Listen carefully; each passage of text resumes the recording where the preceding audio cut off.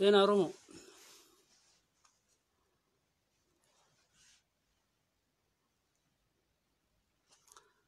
Seenaa warra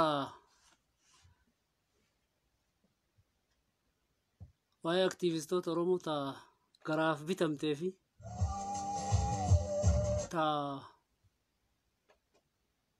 dhaabaaf bitamte irraallee waan tokko kaasuuf deemna. Seenaa.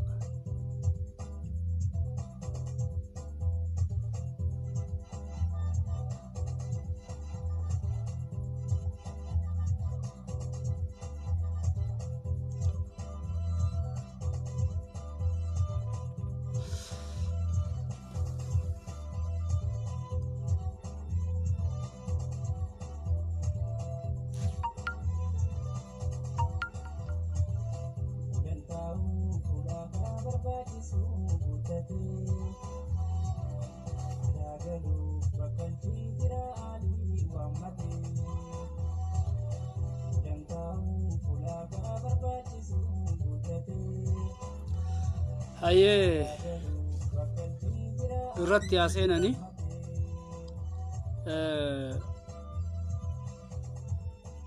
nuti akka uummata Oromootitti haalli tokko xiqqoo waan nama qaanessutu hiddata.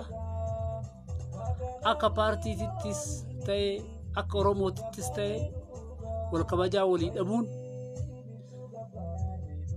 xiqqooma saba kanaatii fi miidhaa saba kanaa yeroo hedduu kan wanni nurratti fidaa jiru wal kabajuu fi wal xiqqeessuu kenna. Wanni kun immoo furmaata illee argachuuf hin taa'u. Maal yoo jennu namni wal arrabsuu fi wal xiqqeessu waan hiddataa deemuuf akka paartiitittis xabaqaa walii dhaabatanii kun kaan irratti duuluu kun kaan arrabsuu sagantaan deemuu fi kaayyoon warra waa dubbatuu kunillee gizee garii nama dhiba. Maali jennaan waan nama qaanessaati. Saba kanallee nu qaanesse. Nama aarsaa hedduu uummata kanaaf seene artistoota haa ta'u qabsaa'ota haa ta'u dogongoraan haa ta'u duula dharaatiin haa ta'u guyyaa tokko inni dogongoree jennaan namni kun guyyaa kana saba kanaaf waa dalage namni jedhu hin jiru.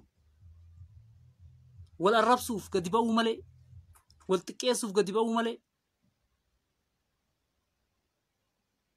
turjumaana namaa taanee miidiyaa kanarraa wal iyyaa ooluu malee namni waa'ee saba kanaa waa dubbatu hin jiru.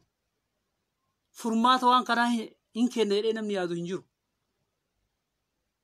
Please waan kana ofirraa xiqqeessinu waa'ee gosaa keessaallee haa baanu waa'ee dhaabbilee keessaa haa baanu akka Oromootitti Oromoo wal haa ijaaru. Namni kenna hin du'a ka dubbatamu waa'ee nama du'ee osoo hin taane waa'ee paartiiti. Namni yoo jiraate bar paartiin ijaarama. Mootummaa kenna jennee ililchine harka amma booda nama akka kanaatu agarruu nabiyyi jennee ni bare abiyyi. Warra uummata kenna fixu kaleessa jaarsummaa argate. Salphina kana gaweessa jira.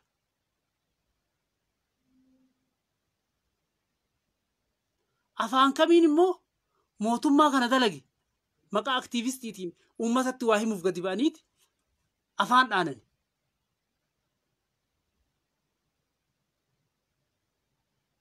Bargaraan kuni haga tokko haga nyaattuu fi hima dhumata akka marattuu hima duutu garaaf jecha seenaa badaa ofirratti fidin. Duraan gaafa isin lallabdane waan jabaa tokko isin seenee aktiivistoota teenna jennee isin jalaa dibbee dha'aa turre. Har'a gaddeebi'anii shira kanaan uummata keenya miidhuun uummata keenya irratti immoo olola banuun dansaa miti. Oromoo yoo wallabde Oromootu furmaata kenna.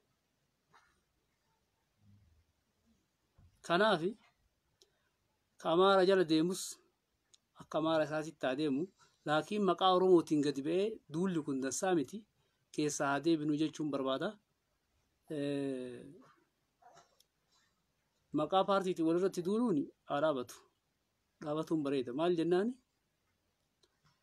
Namni martuu abbaa fedhe deeggaruun kaan immoo kaan irratti duulsisuun hin taatu. Yoo sii ta'e paartii kan kee paartii jaalattu jala deemi. Yoo danda'ame yoo yaada gumaachuu dandeessu taate akka paartiin sadiin kunniin yookiin afurillee haa ta'u shanillee haa ta'u akka uummata kanaaf abukaatoo ta'ee dhaabatu godhuu malee kun bitamaa kun maalii jalaa ba'a.